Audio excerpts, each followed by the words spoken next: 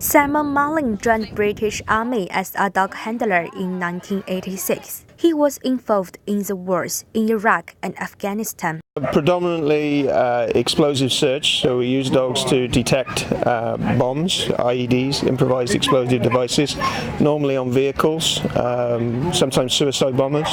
Dealt with a lot of suicide bombers, so vehicle checkpoints, so there'd be vehicles in the queues coming into the civilian airport and they would detonate, so there'd be a lot of casualties, that sort of thing.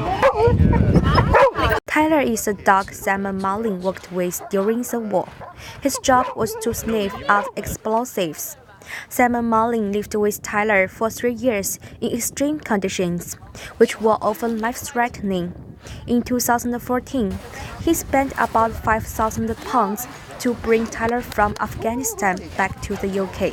He was my friend and I'd spent a lot of time with him, and I guess we'd seen a lot together, and I just wanted him to retire and have a nice few years before he passes away. After coming back from Iraq, Simon Malling started his training business called Mel Pitt Canine Academy to train dog handlers and dogs. I wouldn't know what else to do. It was either continue working abroad. I spent most of my working life working abroad, mostly in not so nice places.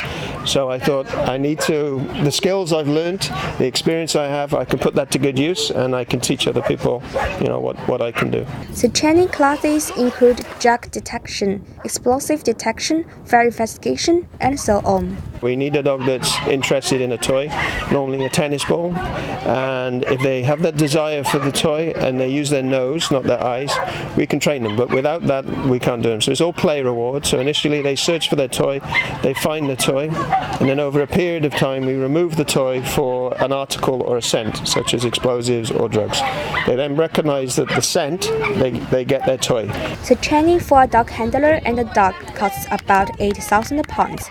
After training, students could get a qualification as a professional dog handler. Most of the students are people come from the armed forces on resettlement. However, only 50% of them could pass exam and get the qualification. We've done search work for drugs, so we've been searching in shopping centres, colleges, things like that, so we can learn a lot more about the dogs. Not all the dogs make it. The qualification comes at the end of the course, so we have an assessment as a handler and with the dog as well. So the handler could fail and the dog can fail on separate qualifications there. Recently, Simon Malling just came back from Thailand. He plans to open up a new project there to train unwanted dogs. Our plan is to train street dogs, so dogs that people don't want anymore. Possibly they're heading somewhere else. They might end up on the dining room table. We're going to basically rescue these dogs and try and train them to find drugs or explosives, and train the military or the police together. Simon Malling's academy supplies lots of dogs overseas in the war zones.